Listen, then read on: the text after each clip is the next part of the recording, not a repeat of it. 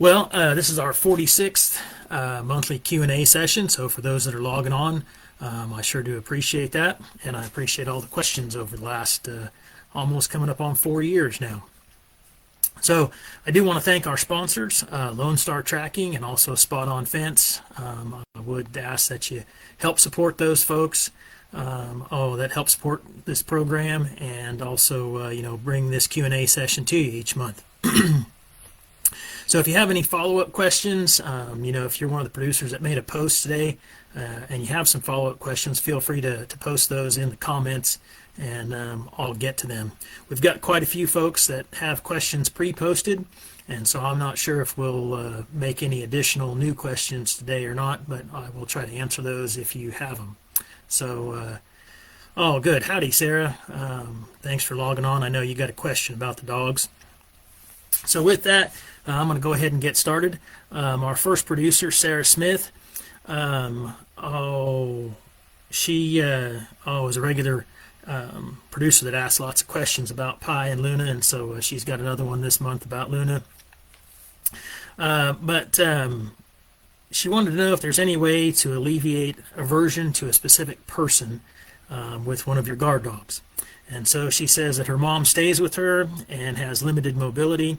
About 8 months ago, they were going to the doctor's appointment, and her mom wanted to pet Luna, who enjoys pets and treats from her mom, up till this point at least.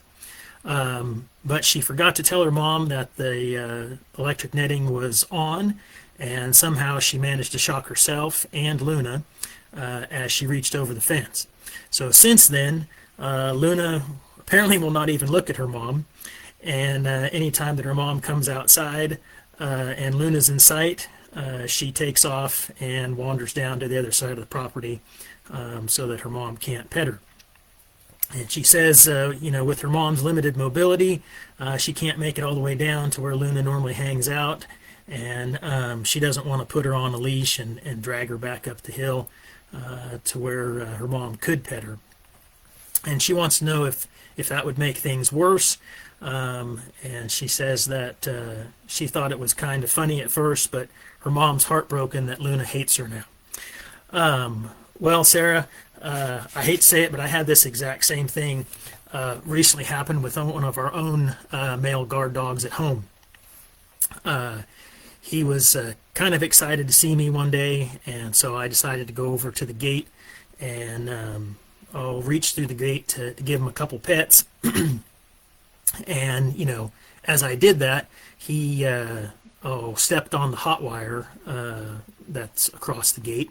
And so then he shocked himself and he shocked me. And so, now he doesn't want to come to me. Even if I go out into the field, he's still kind of wary of me because of that. So, I guess, personal experience, I've been working with him quite a bit since then to try to get him to come to me. And, after, I guess about a month now, yesterday he finally let me come over to him and pet him again. So I think, if you put Luna on a leash and probably bring her up to your mom, maybe have your mom inside the fence this time, though, so she's not crossing over it. But just bring her in and bring Luna up on a leash. Give her lots of treats and some positive reinforcement. And I think if you do that, several times a week over the next few weeks, Luna will probably forget about the shock and, be happy to get some pets from your mom. So, I will say that this is one reason why, usually when you correct your guard dogs, you don't have to do it very many times. I've found that 2 or 3 stern corrections with the guard dog, and they generally remember that, and they don't continue whatever the bad behavior was, which is why, bonding puppies in hot wire pens, I think, works so well and decreases the chance of roaming, because the dogs really remember that, and they become very fearful of the fence, and then they don't dig out or jump over it or go through it. So that would be my recommendation, Sarah. I know you love your 2 guard dogs just as much as I do, and Oh, but I think putting Luna on the leash will probably help out quite a bit. And again, just, make it a good thing, lots of treats, good Luna type of thing, and then just bring her up to your mom and let your mom have some treats that she likes. And I think they'll get along pretty good, after a few weeks of doing that. It definitely worked for my own guard dog, finally. So, yeah, I don't think, putting a leash will make it any worse there. Like I said, I think as long as you make it a positive experience for Luna, I think she'll be okay with it. Next up, Krista Adams. She wanted the best advice for her livestock guardian dog's first kidding season, and she wants to know how to set her up for success.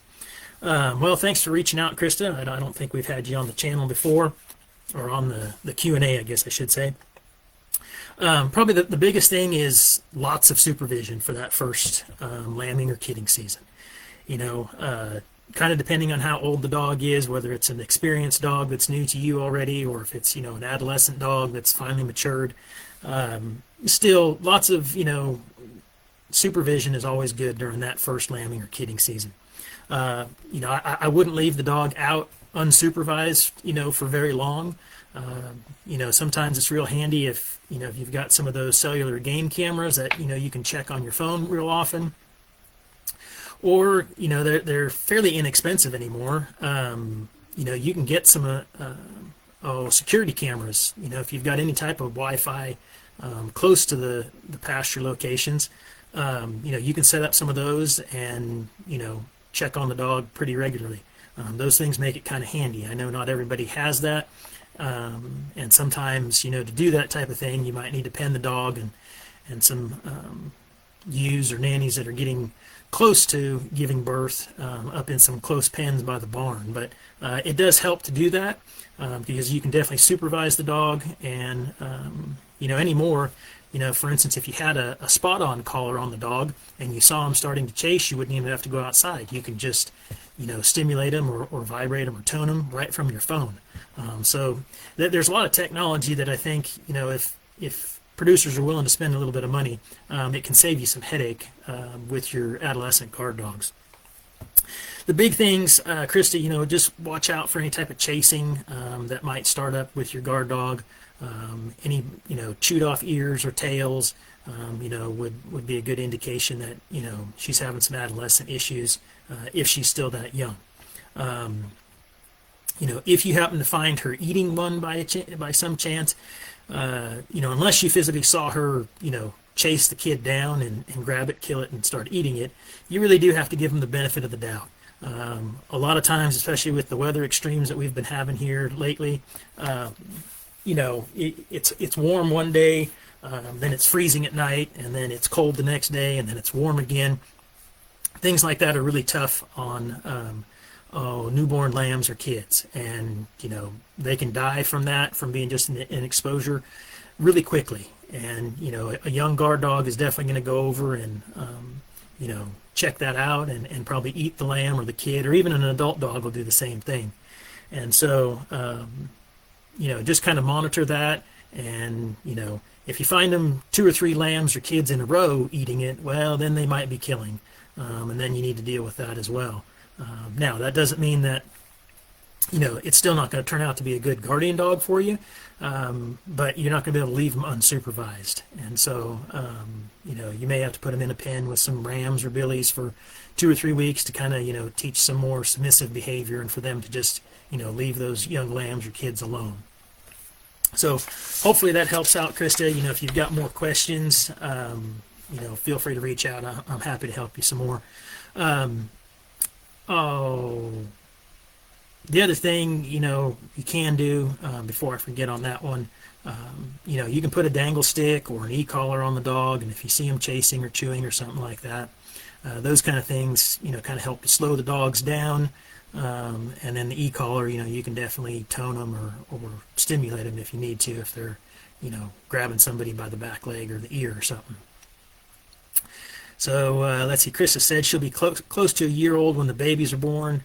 Yeah, Krista, I mean, she's definitely going to be, if she's a year, she's definitely going to be in adolescence at that point. And so, it's fine for her to be out there for, time. What I would probably do is start her out there for short periods of time, maybe a half an hour the first day, then maybe an hour the next day if everything's gone well. And kind of as you, gain some trust in her, and she's showing that she's not, being a little demon dog like a lot of adolescent guard dogs are, allow her more and more time. If she messes up and you find her chasing, well, then pull her back in and, like I said, maybe put her in a pen with some rams or billies for a couple days or a week. They generally fix those type of things naturally, and, teaches the dog a good lesson on their own. So anyway, moving on with our next question, we've got Mary Louise McCollum. Mary's in Montana. She has 5 Maremma male pups that were born on January the 8th. They're in her shop, which is approximately 50 degrees most of the time. And she says she knows that she needs to get them out of the shop eventually into the barn or the hay shed area, which is about 100 yards from the shop. The sheep will be lambing around February 15th, and so the puppies will be 5.5 weeks old at that point. And so her question is how long can she leave them in the shop, or how soon should they be out with the sheep? I do know that they need to be out there before they're 8 weeks old, of course. I'll have the puppies in a safe area in the shed with their mama. The weather's been in the mid-20s most of the time lately, but there's been no snow up there. She says the puppies are pretty tough, but she was wondering if she needs to worry about them getting chilled at 5.5 to 6 weeks old. She's going to have electricity out there and most likely a heat lamp above them. She says she's already also done some early scent introduction and early neurological stimulation with the pups. They all know the smell of sheep, and she's also got some goats around and chickens that like to visit as well. So thanks for the great explanation of everything, Mary. Appreciate you posting the question. So I would say, if the big issue with puppies and even adult guard dogs is, rain and then high wind. So there's going to be a lot of wind chill factor. As long as you're not having that issue, I think the puppies would be fine. As long as they've got a heat lamp and some shelter and lots of straw bedding or hay for bedding that they can lay down in and, kind of snuggle up, if they need to. If it gets much colder than that, I would probably say they need to be enclosed, and, you may enclose your ewes that are going to be close to lambing as well at that point. One thing that I mentioned was, what you might want to be able to do is set up some type of dog door, kind of almost in, maybe some sort of an insulated box where the puppies could kind of go in and out on their own. And I think that would kind of help quite a bit. You could mount some heat lamps inside of it and do a little bit of insulation to it. And I think that would really help them. That way they can kind of move in and out on their own, and they should be okay. Once they get to be about 8 weeks old, they're pretty good at regulating their own body temperature at that point. And they should be pretty well adapted. Again, as long as it doesn't get a lot of rain where they're going to get drenched, and then you get the wind chill. Those are really the big issues with guard dog pups. So hopefully that helps out, and feel free to reach out if you've got any questions. Next up is James Allen. He says he really appreciates the Q&A, and it's been very helpful for him. So he's got about 60 acres, and he's planning on putting some goats and maybe a couple cows on it. He says he already has good fences, water and pens, and he wants to know if we would suggest 2 or 3 dogs. He said he would like to try to get a mature dog and 2 pups, or how would that work? Would having a seasoned dog change your training regimen? And he said thanks in advance. Well, James, probably with 60 acres, I wouldn't suggest more than 2 dogs. Knowing where you are, kind of close to Lampasas, there's lots of brush there. It is a high predation area. And so, I think 2 dogs would do well for you. I would encourage you to start, if you can find an adult guard dog, which you're probably not going to be able to, at least not one that's good. But if you were able to find one, getting an adult dog and then a puppy shortly after that would work probably well for you. It's very helpful to have ages of guard dogs staggered so that, when one dog starts to age out, you still have another dog that, is at a good age to add another puppy and then get that puppy trained and just kind of continue that process going. If you can't find an adult dog, definitely try to see if you can find a yearling or maybe a long yearling. Those are a little bit easier to find. And then, wait a few months until that dog is almost mature and then get yourself a puppy. Since you don't have a bunch of animals, you can start out with, a smaller bunch that just one dog can easily monitor on its own. And then, as that dog matures, add some more animals, then get your puppy and kind of continue the process. The main thing is that if that yearling or long yearling, or if you get an adult dog, isn't well behaved, don't put the puppy with that dog, because a puppy is not going to, fix the problems of a bad behaving adult. The adult is going to end up teaching the puppy those bad behaviors, and then you're going to have two dogs that are, roaming the countryside together or chasing stock or doing whatever it is, that they're doing. Again, a good replacement plan is as your older dog, gets to probably be 8, and then you've got a younger dog that, say, is maybe 6, that's the time to add that third puppy, because that older dog will probably only be there for a couple more years for you. The main thing, James, is you don't want 2 pups at the same time. It's one thing if you're an experienced guardian dog person and, you've done it for quite a while. Even then, I hate having 2, adolescent dogs at the same time. And a lot of times I've got, 6 of them with the project that we run. And it can create a lot of problems for you. It's a little easier for us because we have extra help a lot of times and the pen situations and things like that we have. But I generally don't recommend to anybody to have, more than 2 adolescent dogs at the same time, because they're both going through adolescence and, they're feeding off each other's bad behaviors. And a lot of times, one dog is the ringleader of the 2. And if you've got both of them together, you're not sure who's causing the chasing or who's starting the chewing or whatever it is, that they're doing that's bad. And so, it does help to separate adolescent dogs like that if you happen to have 2 of them, or you need to have 2 of them at the same time. But, generally, I would try to just have one dog, and then once it's mature, then add the second one. One other thing, since you've only got 60 acres, James, and not that it's small, but guard dogs tend to like large areas to patrol and work and things like that. So look for a close proximity breed like Crocochans or Maremmas or Commodores.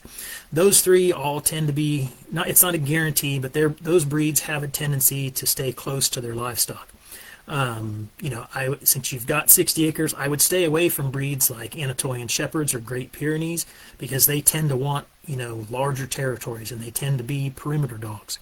And so they'll, patrol your place and probably the next 2 or 3 neighbors around you if they're similar in size, or maybe even more than that. So, look for a close proximity breed. And the other thing too is, I think it's better to buy a purebred dog. And this is nothing against any of the breeders out there. I mean, we use crossbred dogs a lot of times in our project. I always have at least one set. But there's a lot of variation in crossbred dogs, because you don't know what the tendency is that's going to show up in that puppy. And it can be different in puppies, mixed in the same litter. So, try to buy a purebred dog. Another breed that I like a lot is Akbosh. They're great here for Texas because they're short hair.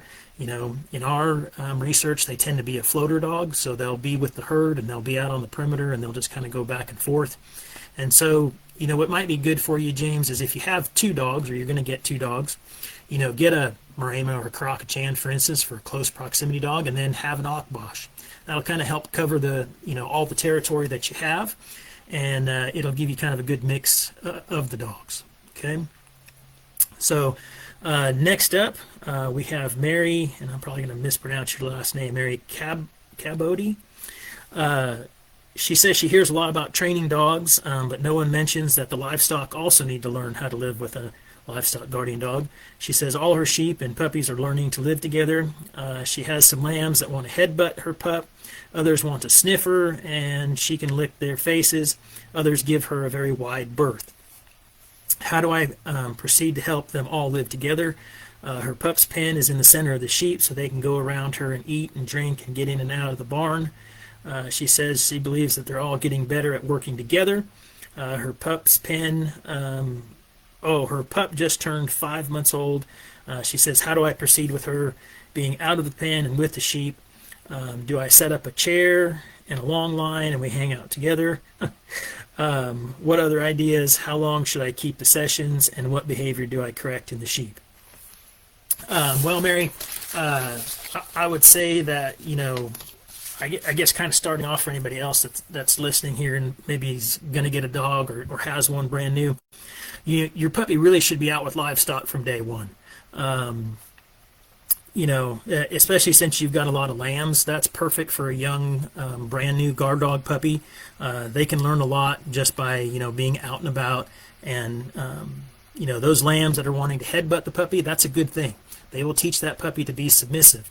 And so, when they're smaller, just after weaning and they're out, they learn those things fairly quickly, and it helps discourage, some of those adolescent behaviors that come up later on when those puppies haven't been taught by the livestock to be submissive to them. So I would get her out of that pen as soon as possible. I mean, she's 5 months old. None of those lambs are going to hurt her. That's for sure. And even if, you have some ewes that are in there that are the mothers of those lambs, they'll help discourage that bad behavior from that puppy as well.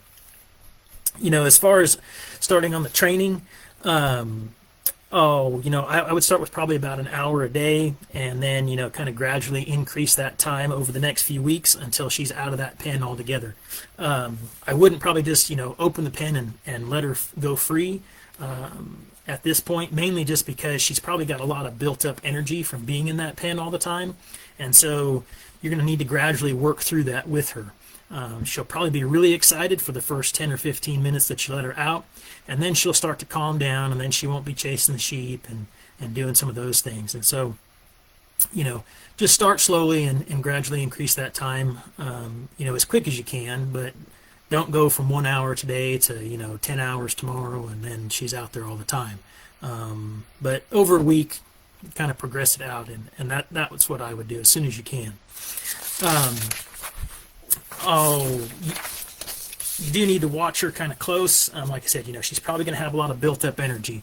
And so maybe, just bringing her out on a leash at first for maybe the first 10 or 15 minutes, walking her around quite a bit, doing any correction that you need to do with her.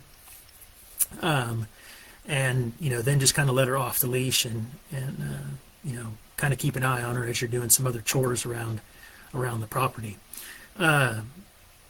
You are getting close to adolescence with her. I mean, she's 5 months. Hopefully it's another 3 for you, but sometimes we see puppies, as early as 6 months, starting to do some of the adolescent behaviors. So it's really important that she learns soon, to be submissive to those animals. So again, I wouldn't discourage any of that headbutting from those lambs to her. She needs to learn to leave them alone. And kind of over time, the ones that are giving her a wide berth, they'll come around. But sometimes, you have to cull some of those animals, especially like, adult ewes or nannies that never, kind of begin to trust your guard dog. As they have lambs and kids and they grow up with the dog there, they'll start to learn to be trusting of your guard dog as it gets older and stops having its adolescent behaviors. A year or two from now, if you've still got some animals that are, not hanging out or scared of the dog all the time, I would definitely just cull them because they'll teach their lambs or kids to do the same thing, and you'll just have a bunch of them that are just fearful of the dog all the time, and they shouldn't be, and so that'll create some problems, kind of on its own. Next up, one of our Guard Dog Association members, Kathy Gleason, reached out. And she wanted to know if we can give the Facebook readers our experience and experience from longtime ranchers on the timeline of when age appropriate the puppy turning into a young adult should be trained thoroughly enough to be trusted out with livestock. She says she thinks it would be a good educational thing to mention the best age of a young puppy to be sold to a new ranch for the start of working stock. So, a couple of questions in there. Training and livestock guardian dog puppy. Basically it starts the day you bring them to the ranch.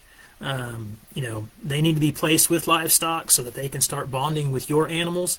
We recommend 8 weeks so that the puppy can learn to bond with your livestock. Now, I know, some breeders don't think that that's okay, and my comment to that would be, well, some breeders don't necessarily know how to bond their dogs properly with livestock, or they may be bonding to livestock that a producer doesn't have, So, that's why we encourage people to, pick up a guard dog puppy at 8 weeks old. It's not that they're freshly weaned. Most of the time, the females will wean their pups about 6 weeks. So they've had time to learn some of those canine social skills that they need that are important for that dog when it becomes an adult so that it knows how to interact with other dogs. But you're giving that pup the best chance to bond with your livestock, and that's the most important thing. It really doesn't matter how your guard dog puppy bonds to the breeder's livestock. They need to bond to your animals, and so that's why we recommend 8 weeks picking a pup up. That bonding time starts at roughly 5 weeks of age and goes, I don't know, I think it cuts off about 14 weeks, but some research says it goes as long as 16 weeks, but it definitely doesn't go any longer than that. So if you get that puppy at 8 weeks, and it cuts off at 14 or maybe 16, you've got 6 to 8 weeks of more bonding time for your livestock versus, if you're picking up that pup at 12 weeks or sometimes even more, that puppy's only had time to bond to your breeder's livestock. And again, if you have goats and your breeder only has sheep or vice versa, now you've got a dog that's bonded to a species that you don't have, and that can create a lot of problems later on. As far as, Kathy's question about when a pup is trustworthy, it really kind of depends on the pup. But, kind of a general age, I would say 18 months of age. It kind of depends on the pup and the breed. It might be out there 24 months, and some of the really big breeds like your Mastiff breeds are out there even at 30 months of age before they fully mature. But we send pups out at 10 months. They're definitely big enough at that point, most of the time to handle a single predator. But they're going to need lots of supervision, just as some of these questions that we've answered today kind of show. And so it is helpful if you have a good adult guard dog to pair your, for instance, 10-month-old puppy up with, or if you have, 2 pups, sometimes we send them out as pairs. And they can pair up and kind of work together out on a larger ranch. One of the big things, again, I'll say is don't place, a dog that has problems with the puppy, because the puppy's going to learn those bad behaviors, and then you're going to have 2 dogs, that aren't behaving correctly. So the puppy never fixes, bad problems with an adult dog. So hopefully that answers your question, Kathy, and gives some folks kind of an idea. But, generally by 18, 20 months of age, most of the time, most of your guard dogs are fully mature at that point, and they should be able to be trusted, with livestock. Next up, our question is from Tessa Fowler. She says, what are your thoughts on bloat in livestock guardian dogs? She has a male Pyrenees mix, and she had preventative surgery when he was 2. He will eat up to 7 cups all at once. She has a female Caucasian, oh gosh, I always mispronounced this one, Ovcharka, Akbosh cross that just turned 2, and she eats small amounts at a time, so she hasn't thought about getting her done. She doesn't hear of many people getting it done on their working dogs. The ranch that she got the female from said they have never done it on theirs. Just curious if it's a big problem with guardian dogs in general, and if she should go ahead and get her female done. So, Tessa, I do hear about it on occasion, but it's not a big issue that I'm aware of. Now, it could be, and I just don't hear about it, but, I guess in the 7 years now that I've been doing this specific job, and I've had guard dogs a lot longer than that. I've probably only had 3 people besides yourself, so I guess you'd be 4, that reached out about this issue. And so it is a problem in larger dogs, but I don't think it's as big of a problem in guardian dogs, that some people may think that it is, or hear about it. So, I think that dogs that are actually out working all day long probably don't have time to, eat a bunch of food and develop that bloat that happens sometimes in their stomach. They're constantly working, and so that feed is digesting rapidly to provide them the energy that they need. And so, the other thing, with that, I don't know that a lot of people are super familiar with the issue. And so, that could be causing some guard dog deaths that are out there. And, maybe there needs to be some more educational work done on that. But, another thing that I would say is a lot of your ranchers are not going to spend that extra money, to fix something that may or may not be a problem in that specific guard dog. And so, I think that's probably some of the issue as well.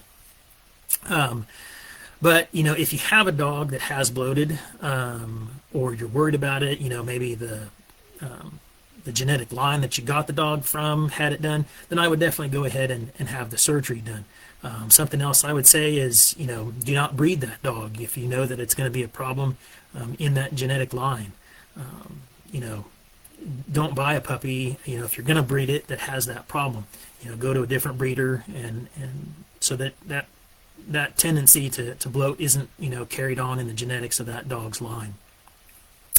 One thing I would say, with your Pyrenees is that 7 cups of feed are a lot for a guard dog to eat, especially all at once. I don't know if you're on or not. I was kind of hoping you would be today, but I was kind of curious if he's actually a working dog, like all day long.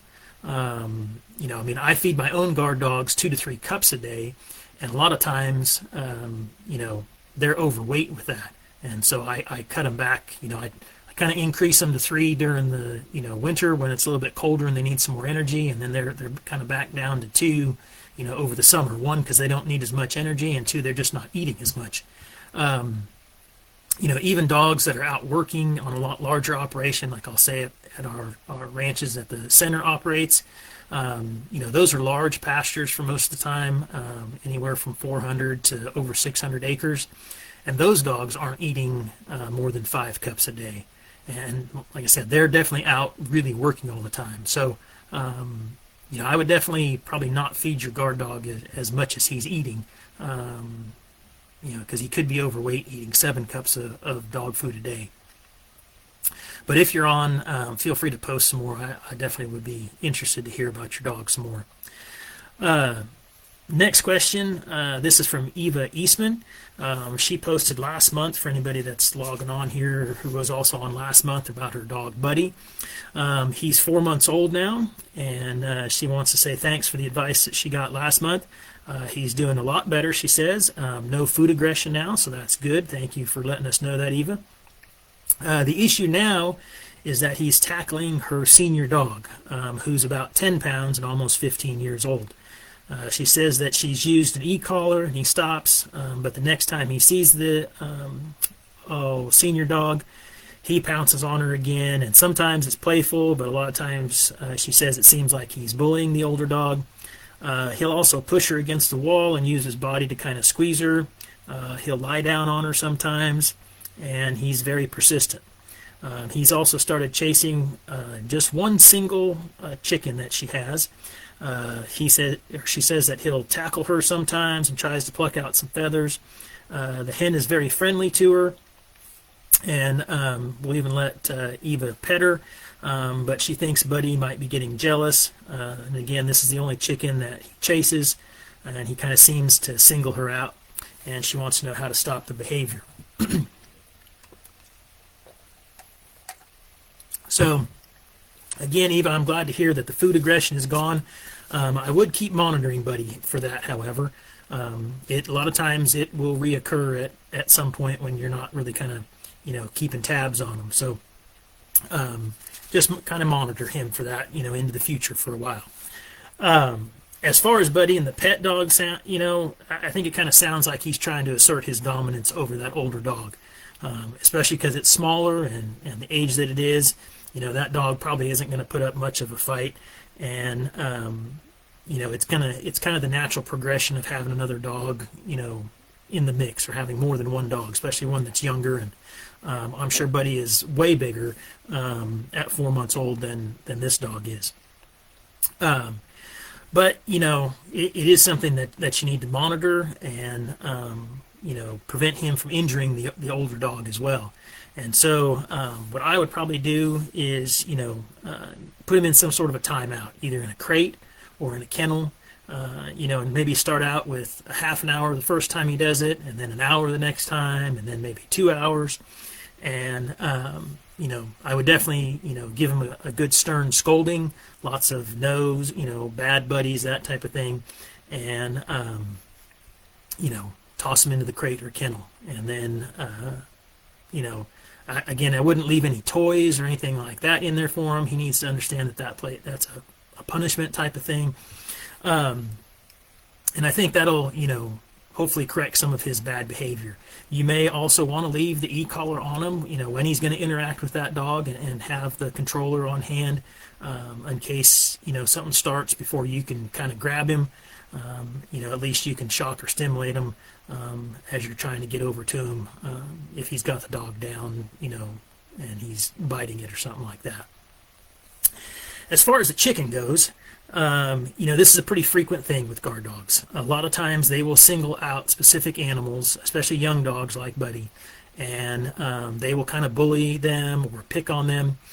Sometimes those animals have some sort of a weakness, and the dogs kind of seem to know that, and they don't want them with the rest of the animals. They'll keep them separated. They'll chase them away. They'll be aggressive towards them and chew on them, those kind of things like that. So, again, with this one, a good stern scolding each time that he chases that chicken. What you might do is maybe tether Buddy up. And, since that chicken is so friendly and easygoing with you, hold the bird, keep its wings from flapping around, and just bring it over to Buddy and let him sniff on it and smell on it.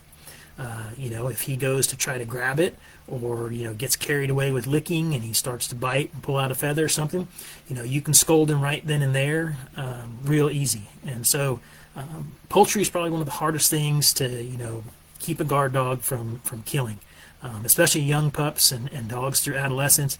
I've said this many times. I don't know if guard dogs really bond with poultry, or if they just kind of grow to accept them, kind of in their territory. I think it's that more than anything, but it can be done, but it is going to take some time. And, this one chicken, since she's so friendly, she's not going to be afraid of Buddy. And, at some point, Buddy may end up grabbing her, and, he's likely going to probably kill your pet chicken out of the bunch. So I would try to keep her away from him, and vice versa. Or use her as a, since she is so calm, kind of use her as a training aid to discourage Buddy from, being, biting and grabbing and that kind of thing. The other thing is, make sure he's got plenty of, cow leg bones to chew on, or any type of, dog toys that'll kind of help take out some of that puppy energy that he's got. He's definitely going to, start losing some teeth if he hasn't already. And, having something to chew on kind of helps redirect his, behavior towards that object instead of the chicken, for instance. So hopefully that helps out, Eva. Please keep us posted on how Buddy's doing. Next question, it comes from John Mazer. How do we feel about livestock guardian dogs? eating a ewe's cleanings. Should we discourage, encourage, or let nature take its course? Also, other than kenneling a pregnant guardian dog, what tips or techniques can you use to encourage her to have her puppies in a specific location? She has a habit of digging a hole and then lying on top of the puppies. Usually this results in the death of a few, and she'll also not let him touch the puppies for the first few days after giving birth. Well, this is definitely a different question, so I appreciate that, John.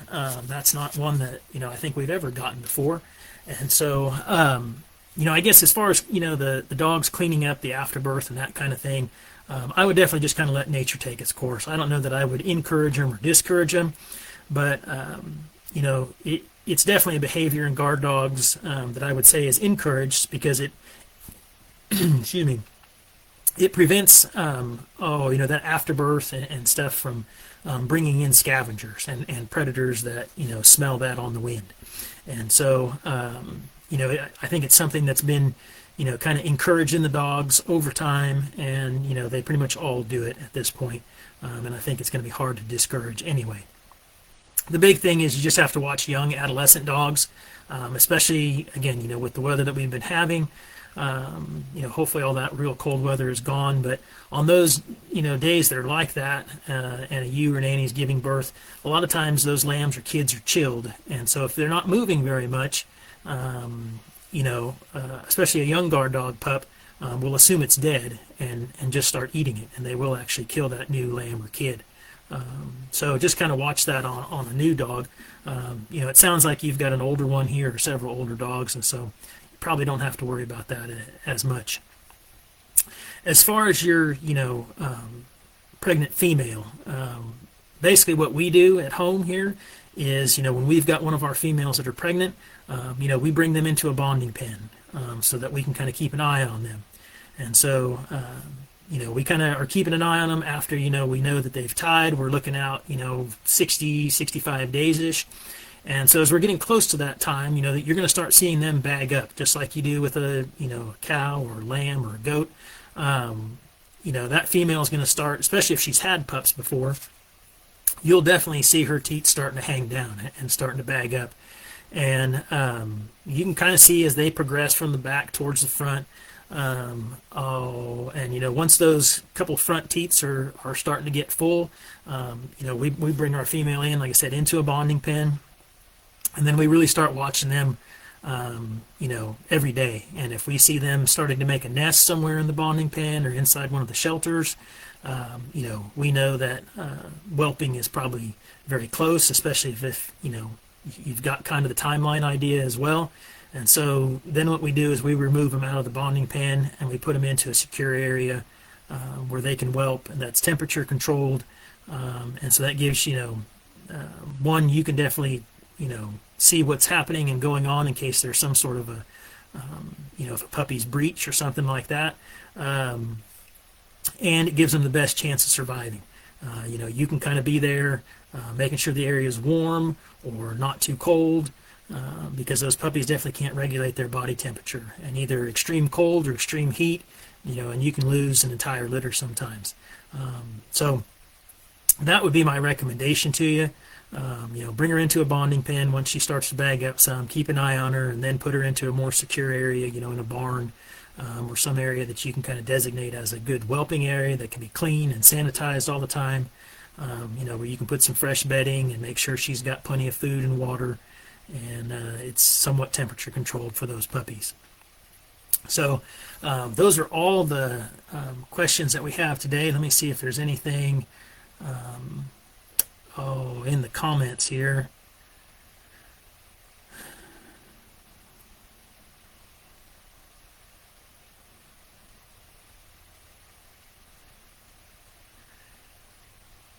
So, I'm going to probably mispronounce your first name. I think it's Tanya Stone. She has a 2-year-old Great Pyrenees Anatolian Akbash that plays rough with 4 other Great Pyrenees mixes that she has. 3 are the grown pups of the Great Pyrenees that strayed onto her land and had puppies.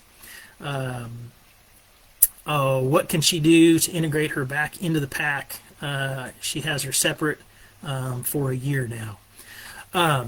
Well, the easiest thing is, if you can, try to reintroduce those dogs first across a fence line. That's the easiest way to do it. Sometimes you may have to tether, dogs up one side or the other and then bring the other dog over on a leash. But definitely take things slow because if they haven't been together for a while, you can definitely have aggression issues that start that weren't there before. Once the fence line, type of thing is okay, then I would I'll bring some of those dogs into a pen and probably have them tethered, or if you've got a couple helpers, have those dogs leashed, and then bring this one female sounds like that you've got, bring her in on a leash and allow them to kind of interact in a very controlled situation. Again, I would do that several days, maybe a week, and it doesn't have to be super long. Like, you don't have to do this for an hour. 15, 20 minutes, let them kind of interact in a very controlled environment. And then, if that's okay, then the next time I would probably have one set, probably the extra dogs just loose, and then this dog on a leash so that if there is some aggression that starts, you can pull her and get her out of the pen real quick. If that process goes okay, the next, say, week, for instance, or the next set of training days, I would have everybody off leash. And if that goes okay, then kind of introduce feed into the mix. And then last, if feed goes okay, then livestock into the mix. And if that's good, I would probably just kick everybody out together. If at any point, there's some aggression or some, snarling, or somebody's bristled or whatever, one, definitely scold those dogs. Don't let them get away with that bad behavior. And then I would, go to the previous week's training, whether it was one dog on leash or everybody still on leash or tethered, or, stay longer at the food or longer at the livestock section. But you definitely want to take things slow. This is never something that you should rush, because you want to make sure, that you're not going to go out the next day and there's going to be one or two dead dogs. So my recommendation with introductions or reintroductions is always to take it nice and slow, and that kind of eliminates 99% of the problems that generally occur if you just take things slow. It allows the dogs to get used to each other, smell each other, and realize that neither group is a threat to the other. So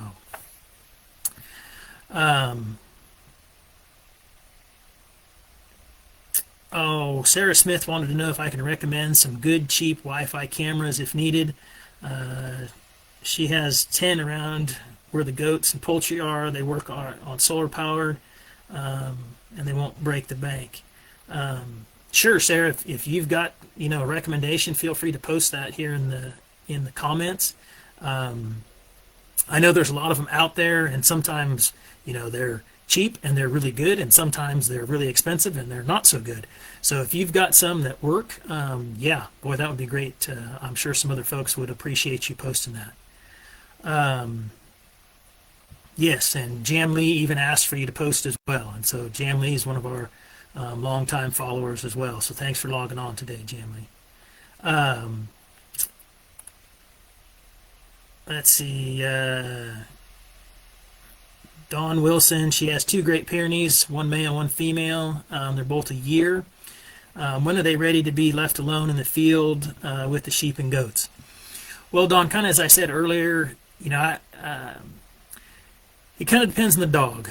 You're going to know your dogs better than I do. But generally, I wouldn't, probably leave them completely unsupervised and say that they're trustworthy until at least 18 months of age. I mean, they're right in, the prime time of adolescence, and, they can not have done anything, so far to this point. And then all of a sudden, something just flips in them, and, they're going to start chasing, or they're going to start chewing off tails or ears or some other, bad guard dog puppy behavior. So, again, just monitor them, Dawn, and I definitely would give them a little bit more time before they're completely left alone. I mean, they can definitely be out there with the animals, but I probably wouldn't leave them with any young lambs or kids unsupervised for very long, because some issues will most likely come up at some point.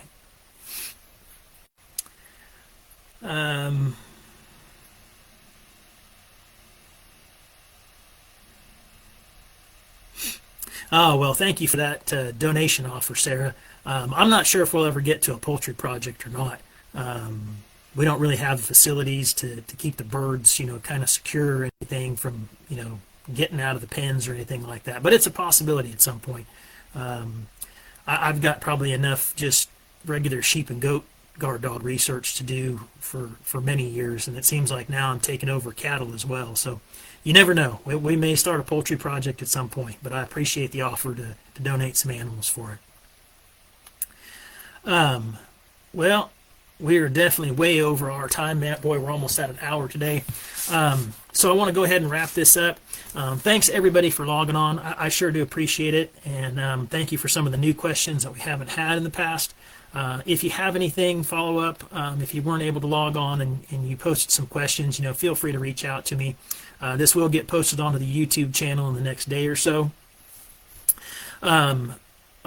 Just a reminder to follow us on our Facebook, Instagram, and YouTube at TAMU Livestock Guard Dog. And also sign up for the blog that I write. You can do that at the website at the AgriLife Center in San Angelo. Again, I want to thank our sponsors, both Lone Star Tracking and Spot On Fence, who helped make this Q&A session possible for you. And then last, I just want to throw in a plug for a couple things. We have a webinar on February the 19th at 3 p.m. We'll be talking about the Pyrenean Mastiff breed. It's not a breed that you hear a bunch about, but it is a livestock guardian dog breed, and I think it might be a benefit to some folks, that need a larger guard dog for their operations. So, feel free to watch that on the 19th. It'll be on Zoom, and the link is posted in our event post here on the page. Also, I guess I probably should have been doing this for a long time, and I just kind of thought about adding it into these Q&As, but if you're interested, even if you're not in Texas, I would encourage you to join the Texas Guard Dog Association. They have a great website. We're adding a lot of new content to it all the time. And they also have, a couple Facebook pages. There's a group page that you can post some questions on. Or if you're looking for a guard dog, you can post that on there as well. And also check, for breeders that might have puppies or adult dogs for sale. They have a YouTube channel and then also an Instagram channel. And their YouTube channel, and the reason I mention some of these things, because they can post some things sometimes that I can't do because I work for AgriLife. So things about certain legislative issues, livestock that maybe we don't have funding to do research on. They have information for you on some of those types of things. So check out the Texas Livestock Guardian Dog Association. Like I said, there's breeders all over the U.S. and producers all over the U.S. now that are in it. And there's even somebody from Australia in the association now. Our next Q&A will take place on Thursday, March the 5th at 3 p.m. So again, I appreciate everybody logging in today. Thank you very much for watching. If you have any questions, feel free to shoot me an email or reach out on social media. Thanks very much for watching, everybody. We'll see you next time. Bye-bye.